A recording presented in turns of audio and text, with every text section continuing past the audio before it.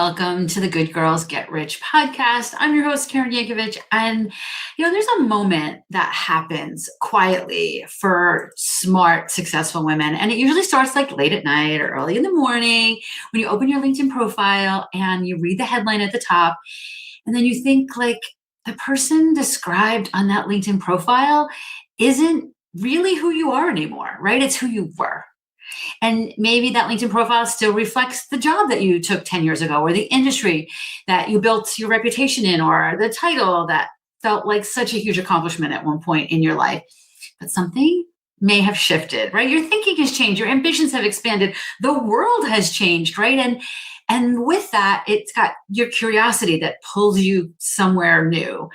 So, you want to update it, but you also know that the minute you start changing things, LinkedIn might tell everyone. Your boss might see it, your clients might see it, your colleagues might see it, and you might not really be sure what you're doing yet. So you feel like you're making a public announcement for something that you haven't really evolved into yet. Does that make sense? So you hesitate, so you leave it, right? You leave your old headline, the old positioning, and you figure like, I'll deal with that later. But here's what I know.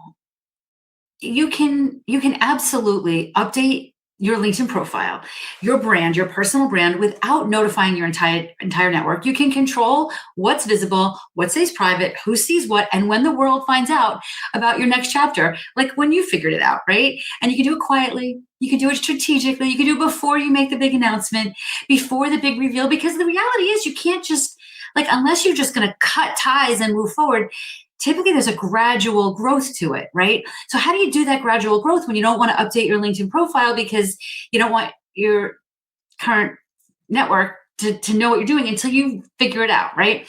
So before the announcement, before the press release, right, before that big reveal, we're going to talk about what I call the stealth mode career pivot. And we're going to talk about how to rebuild your LinkedIn profile for the next version of your life without broadcasting it to the entire internet before you're ready. Because I'm sure you've heard me say this before, your LinkedIn profile is not supposed to be a museum of who you used to be, of your past, right? It's supposed to be like you stepping into your future.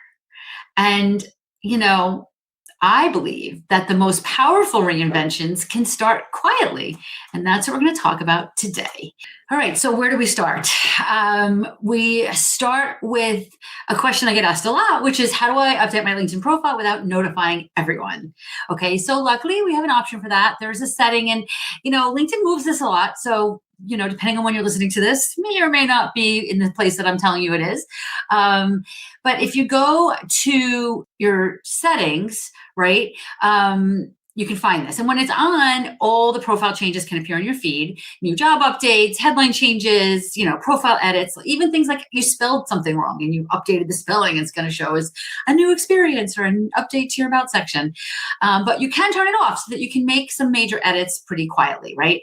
So what you want to do is you want to go to, I'm actually going to do this while I'm talking. You want to go to me. So you're looking at your profile, right? And at the top where your picture is, and then go down to, settings and privacy.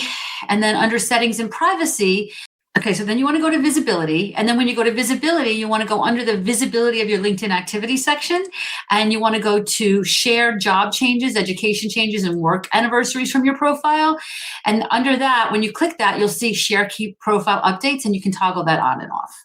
Okay, I typically leave that on because at the end of the day, if it's going to get my profile in front of somebody, I'm not really looking to hide my profile and my changes that I make. So I typically leave it on because it just gives me more visibility, gets me in the feed more.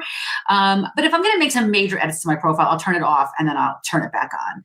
And here's the thing, recruiters might still see some of these signals, depending on some of your other settings, but your general network isn't going to see an update post. Okay. Because, that I believe that visibility on LinkedIn is so powerful, but strategic visibility is like a superpower, right? Especially during a transition season, you're not hiding, right? You're kind of building the runway right before you take off. The other thing that you can do is, the other thing I want you to understand is that there's really two versions of your LinkedIn profile. There's the public profile, which is searchable by search engines like Google. And then there's a member-only profile that only LinkedIn users can see. Okay. And this matters. This matters when you're creating a pivot. Like I have everything open to Google. Anytime Google wants to bring up my profile to somebody, I'm down for that. Right. But the public profile visibility can control things like your headline, your experience, your summary, your skills, your profile photo. You can kind of customize exactly what appears publicly. So if you're like looking to leave corporate maybe and become a consultant, you might want your public version to emphasize more things like speaking or thought leadership. And then you can leave like employer details for member only visibility for now. Right? Does that make sense? Your LinkedIn profile ranks really high on Google. So your public profile version is important and it's part of your like reputation strategy. And I want you to think like if someone Googles Google, I'm using Google as a verb, but you throws your name in a search engine today, does your LinkedIn profile reflect the future version of me or the past version, right? You want to think about this. Another thing that you can do while you're, again, in this transition is use the open to work feature strategically. Now, this is huge if you want to be found by recruiters. And what basically this is when you're on your profile, there's a section that says open to, right? And you can click that open to, and there's a couple things you can be open to, right? But you can be open to work, but you can make that available to recruiters only. Okay, so if you make it available to everyone, everyone sees it. There's like a green banner, there's a thing around your face, your profile picture. And it's great if you have an active job search, it gives you high visibility, but it's not great if you're still employed, right? So the second option is to say recruiters only. And so LinkedIn allows you to mark yourself like open to work for recruiters only. And LinkedIn does make an attempt to hide this from your current company, from recruiters from your current company. It is not foolproof, right? LinkedIn flat out says on there, like when you go to do this and you mark it for recruiters only, LinkedIn flat out says on there, we try to hide this from your current company, but no promises, right? So at least they're making an attempt to do that. But so it's not foolproof, but it significantly increases the discretion. So when you're pivoting, you can definitely use this feature to signal new roles, consulting opportunities, board roles, speaking opportunities, right? Without making it public. For many of the women listening to this, and for many of the women that I work with, and frankly, even for me, in some cases, I'm not job hunting, right? But I'm opportunity hunting.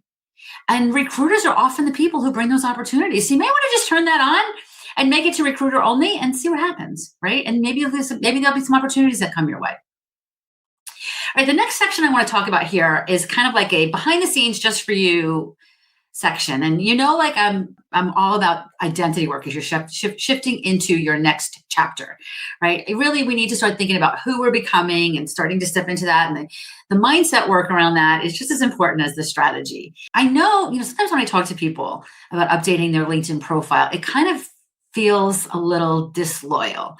You have a company that's paying you maybe six figures, right? Maybe you have colleagues that count on you and who you adore and you want to be counted on, right? So it feels a little disloyal to like the version of you that you used to be. It's so common. So what I want you to do, and again, this is just for you behind the scenes. This is like a little, Karen homework assignment. I want you to write a private pivot statement just for you. And just say like, why now? Why is now the time to make this pivot? Because this is going to be the energy behind the work we're doing here in this episode today, right?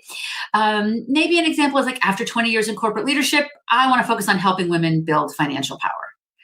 Or I've spent a decade mastering this skill. Now I want to bring it directly to clients, right? Or maybe you've got a great job and you're not looking to leave that great job, but you want to build some consulting clients because you're not really sure what the next chapter will bring. And you want to build that foundation, right? Writing this pivot statement, right? This private pivot statement helps you align the next chapter with who you're becoming. Because when you have that clarity internally, right, your LinkedIn profile updates start to feel more like an alignment.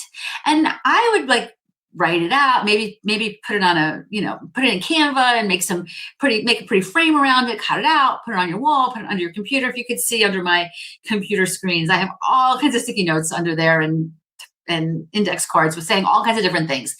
I would put it there, right? Because you want to start to align with that private pivot statement. It'll help you as you're stepping into this next chapter. Again, all the strategy in the world is going to help, but doing the identity work is going to put the fuel under that strategy, right? Does that make sense? All right, so let me just step into a really important part of this topic, and that is that a stealth pivot doesn't mean you're not telling anyone. It means you're being intentional about who knows first. So as you know, as we've talked about in many other shows for this show, you want to think about like a disclosure circle, maybe, right? Like, who are the 5 people that you want to know this early? Maybe it's a mentor or a trusted colleague or a spouse or partner, right? Or an advisor or your coach, right? You want to have an inner circle. All right. And then share your profile with that inner circle. Okay. This is not just because we're making this quiet doesn't mean that we're telling no one. So initially, we're creating that inner circle, 5 people, maybe 10 people, whatever works for you, right? And then from that inner circle, we're going to move to strategic allies, right? People that can help open doors for you. So maybe these are industry connectors. Maybe this is where you start connecting with recruiters, board contacts, podcast hosts, event organizers, right?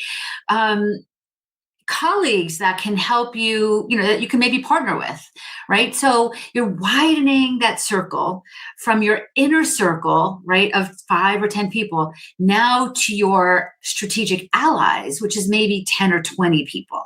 And now you're starting to make that outreach on LinkedIn to some of those people. And then beyond that, when you're ready to go live, that's when you do the announcement, right? And that's when you create the public announcement. And then your pivot is intentional instead of experimental. Does that make sense? Because you've already got people that have been waiting for this announcement and are there to support you and are there to lift you up, right? That rising tide that lifts all boats. So, initially your inner circle and then building out to strategic allies until you're ready for that public announcement. Reminder that your LinkedIn profile is not the museum of who you used to be. It's the living, breathing document of who you're becoming. And I truly believe that the most powerful pivots happen quietly.